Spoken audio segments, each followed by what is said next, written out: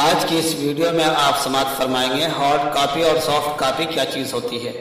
Computer سے ہمیں out put دو شکلوں میں جو حاصل ہوتا ہے، ہارڈ کاپی اور سافٹ کاپی کی مکمل تفصیل۔ میں ہوں محمد نوشاد قاسمی۔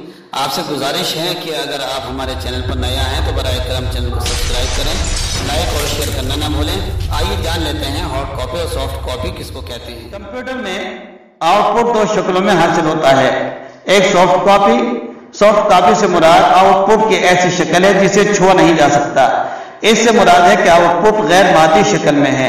کمپیوٹر کی اسکرین پر جو ہم آؤٹ پٹ دیکھتے ہیں اسے سافٹ کاپی کہتے ہیں۔ اس طرح کمپیوٹر سے آواز کی شکل میں جو آؤٹ پٹ حاصل ہوتا ہے اسے بھی سافٹ کاپی کہتے ہیں۔ Hard copy.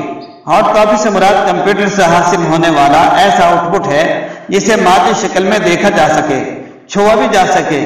کمپیوٹر میں پرنٹر کے ذریعے کاغذ پر حاصل ہونے والا آؤٹ پٹ ہارڈ کاپی کہلاتا ہے۔ ہارڈ کاپی حاصل کرنے کے لیے ہمیں پرنٹر اور پرنٹر وغیرہ استعمال کرنے ہوتے ہیں۔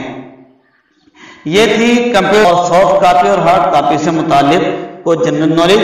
تو یہ تھا آج کا ہمارا تیسرا پارٹ۔ اگر ویڈیو پسند آئے تو براہ کرم چینل کو سبسکرائب کریں، لائک اور شیئر